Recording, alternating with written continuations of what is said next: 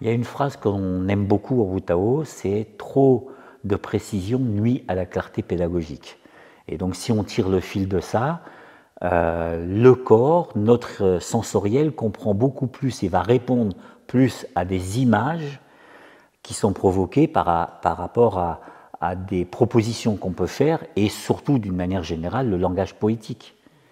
Donc plus on utilise des images et de la poésie, plus le corps va absorber et va tendre vers ce qui se passe. Alors que si on utilise un langage très précis d'anatomie, de biomécanique, on n'a pas du tout cette qualité de résultat.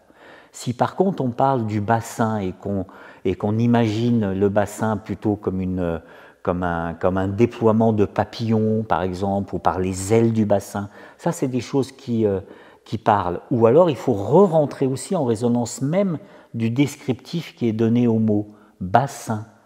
Dans l'idée du bassin, il faut voir non pas des eaux, il faut voir un bassin, quelque chose qui recueille des fluides. Et à ce moment-là, on peut déployer des mouvements où on peut imaginer que ce qui bouge à l'intérieur de ce bassin fait ensuite bouger le bassin, et non pas l'inverse.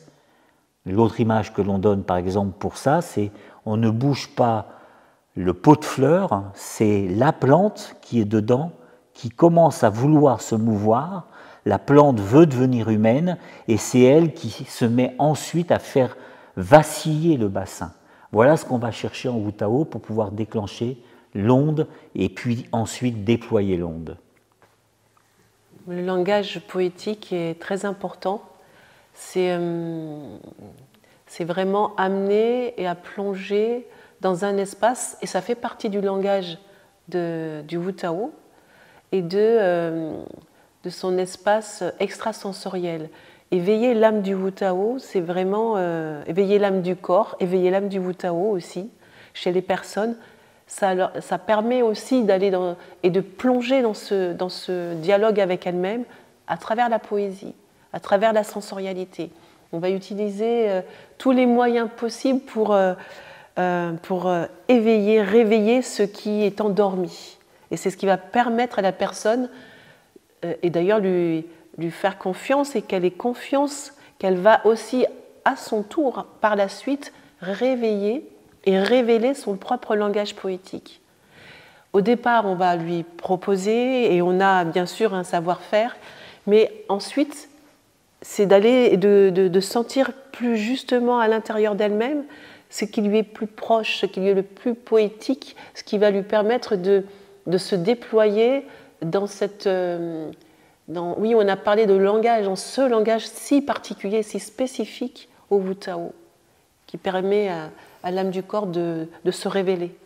Et ce n'est pas un rejet de la précision ensuite plus scientifique, de l'anatomie par exemple, mais c'est que ça doit venir après. Il ne faut pas que ça vienne avant.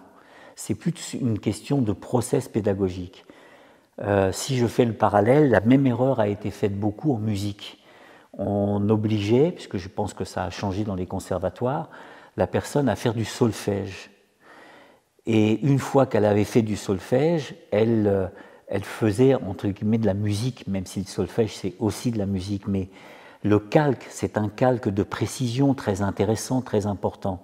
Mais d'abord, il faut entendre.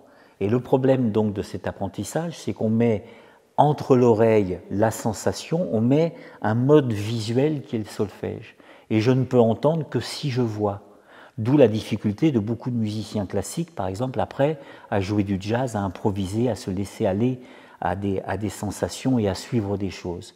Et bien, cette idée de calque-là sur l'anatomie, par exemple, si je mets l'anatomie trop tôt, je vais m'autoriser à bouger ou à sentir que si l'autonomie me confirme, enfin même pas me confirme, me donne la sensation. Or, c'est le chemin inverse. D'abord, je dois sentir par des images poétiques, par de l'imaginaire, par la sensation d'imaginer un vrai bassin avec des montagnes et des petits ruisseaux et des rivières qui coulent et qui descendent dans ce bassin que les taoïstes appellent un chaudron.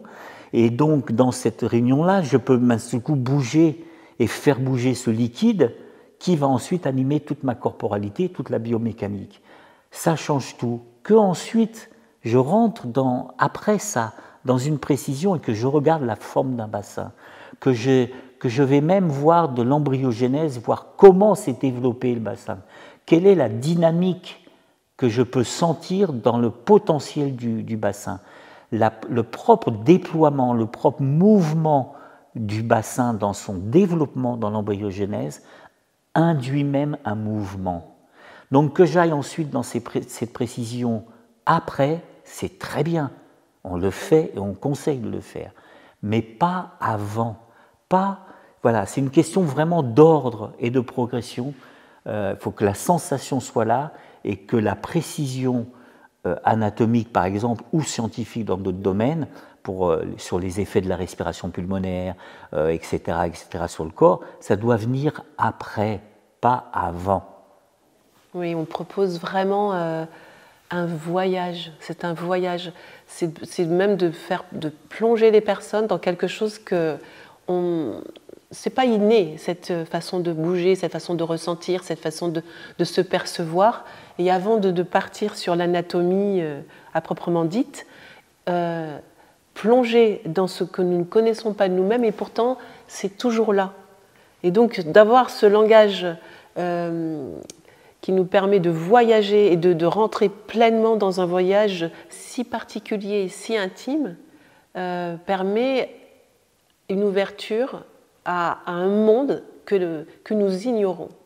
Et puis ça permet de se croire. Donc ça, c'est peut-être une notion importante.